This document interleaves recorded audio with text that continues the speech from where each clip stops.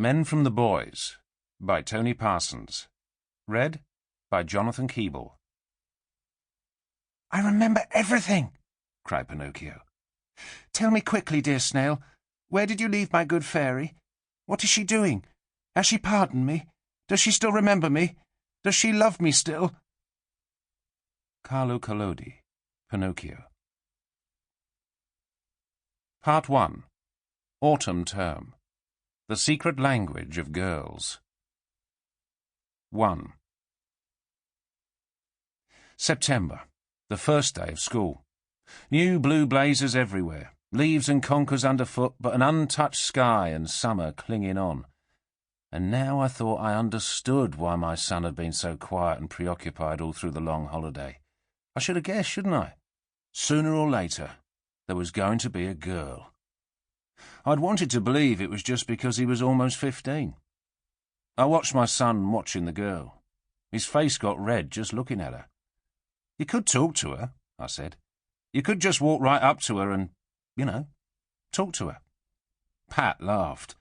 He watched the girl dawdling by the school gates, black-haired, brown-eyed, laughing, swinging a rucksack stuffed with books. Tall for her age, radiant in the blue blazer of Ramsay MacDonald Comprehensive School, surrounded by admirers.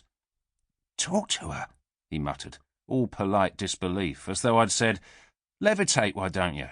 The ladies love a bit of levitation. The chicks go crazy when they see a lad who can levitate." "Probably not," he said.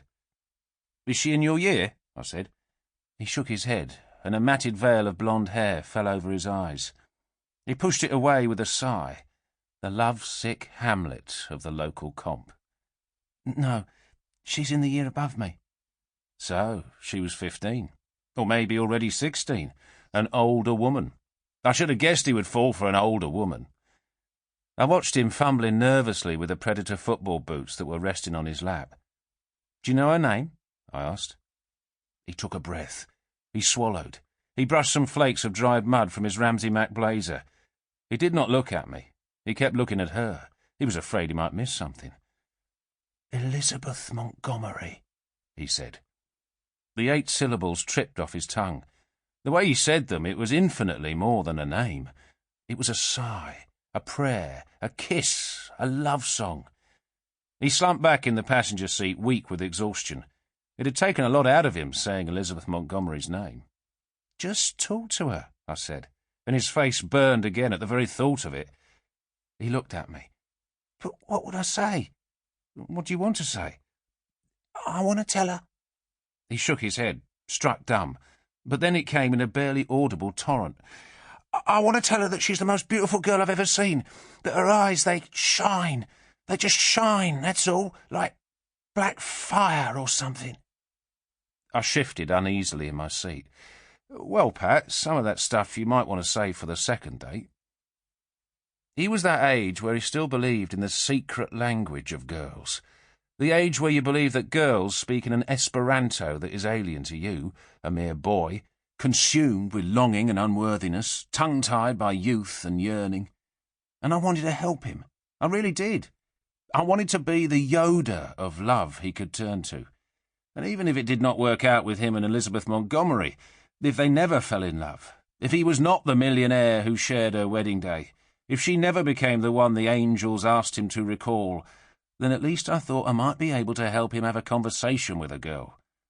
That did not seem too much to ask. A distant bell began to ring.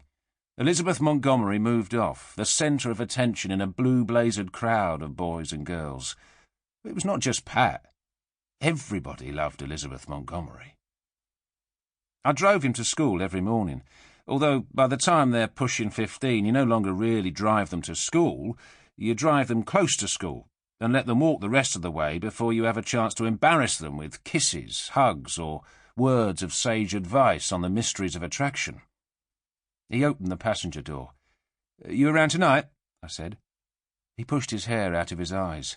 It had grown long over the summer. "I've got my lateral thinking club after school, and then I'm around," he said. "What about you?" "I'm around," I said, "but late. There's some black tie thing. The show's up for an award." "Lateral thinking?" "You know, thinking outside the box, creative thinking. Edward Sample complete. Ready to continue?